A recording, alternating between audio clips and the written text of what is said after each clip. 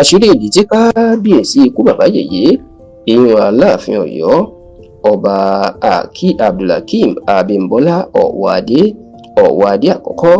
Àṣírí ìdí tí kábíyèsí tó fi ṣe àbẹ̀wò sí emir ìlú Ìlọrin ní ìpínlẹ̀ Kwara ìyún Alhaji Zunnurain Gambari, ìdí tí ó fi ṣàbẹ̀wò sí àṣírí náà ó mà ti tú tó sì jẹ́ pé ó yàtọ̀ sí ọ̀rọ̀ tí ọ̀pọ̀ àwọn kan tí wọ́n ń gbé káàkiri orí ẹ̀rọ ayélujára pé níṣe ni Aláàfin ló lọ bá emir ìlú Ìlọrin ṣe ìpàdé láti gbàbọ̀dẹ̀ fún ilẹ̀ Yorùbá àti láti jẹ́ kí àwọn Fúlàní kí wọ́n gbà àkóso ilẹ̀ Yorùbá. Ẹ rántí pé lọ́sẹ̀ tó kọjá yìí ni ariwo ńlá mà sọ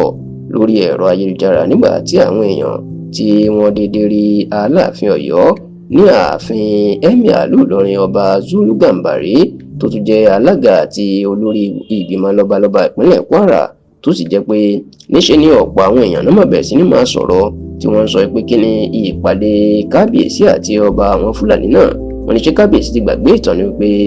ọmọ Ọ̀yọ́ Aláàfin ìyún Àfọ̀njá Alékúláyà tó darí Ìlọrin tẹ́lẹ̀ pé ìran àwọn Fúlàní, ìran àwọn emir ìlú Ìlọrin iná gba ìlú Ìlọrin ní ìpínlẹ̀ Kwara mọ́ ilẹ̀ Yorùbá lọ́wọ́ tán sọ ọ́ di tiwọn. Wọ́n ní kí ló wá dé tí kábíyèsí tó lọ ń ṣe ìpàdé pẹ̀lú àwọn tó jẹ́ ọ̀tá ilẹ̀ Yorùbá bẹ́ẹ̀, tó sì jẹ́ pé ọ̀rọ̀ ìlú máa fa ariwo ńlá.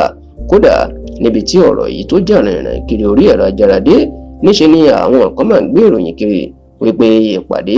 tí Aláàfin lọ ṣe pẹ̀lú emir òun ni bí yóò ṣe gbàbọ̀dẹ̀ fún ìran Yorùbá táwọn Fúlàní tí wọn yóò ráyè wọlé sí ilẹ̀ Yorùbá lára. Ṣùgbọ́n ìwádìí tẹlifíṣàn Yorùbá Tòótọ́ ti fìdí ẹ̀ múlẹ̀ pé ìròyìn ẹlẹ́jẹ̀ ni o. Kábíyèsí ò ṣe irú ìpàdé bẹ́ẹ̀ pẹ̀lú emir Ìlọrin, kò sì jọ sí àjọṣepọ̀ ọ̀rọ̀ kankan láàrin wọn pé Fúlàní yóò wá gba ilẹ̀ Yorùbá pàápàá ìlú Ọ̀yọ́. Kódà wọn ti ẹjọ́ sọ nǹkan tó jọ bẹ́ẹ̀ nínú ọ̀rọ̀ tí ọ̀kan lára àwọn amúgbálẹ́gbẹ̀ẹ́ Aláàfin tó bá tẹlifíṣàn Yorùbá Tòótọ́ sọ. inú ìjẹ́kọ̀dé mọ̀ wípé àbẹ̀wò kíni lásán ìní kábíyèsí ṣe sí emir ìlú Ìlọrin. Ó ní ìdí tó sì fi ṣàbẹ̀wò náà ìní pé kábíyèsí ó lọ fún iṣẹ́ pàtàkì ní ìpínlẹ̀ Kwara, tó sì wò pé kò ní dára ká kọjá lójúde ọba ká má kí ọba. Ẹni tó bá tẹlifíṣàn Yorùbá Tòótọ́ sọ̀rọ̀ tó ní ká forúkọ bò ń láṣìírí, ó jẹ́ kó di mọ̀ pé ibi ayẹyẹ ìwúyè ọdún kan olóró ti ìlú Òróró níjọba ìbílẹ̀ Ìrẹ́pọ̀dùn nípínlẹ̀ Kwara, kábíyèsí ọba Joel Títílóyè Olúfayọ̀ kejì ìní Aláàfin lọ fún. Olóyè ló sì fi wò pé kóun fi ẹsẹ̀ kan kí àwọn ọba tó wà ní ìpínlẹ̀ Kwara, tó sì ṣàbẹ̀wò sí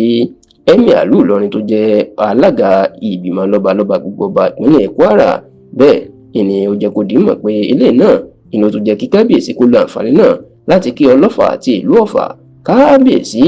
ọba Muftau Gbàdámúsí Èṣùwòyè, tó sì ní ìdí èyí ìní kábíyèsí fi ṣàbẹ̀wò sí emir tí ò ṣe àṣírí kankan nídìí ẹ̀ ju eléyìí nídìí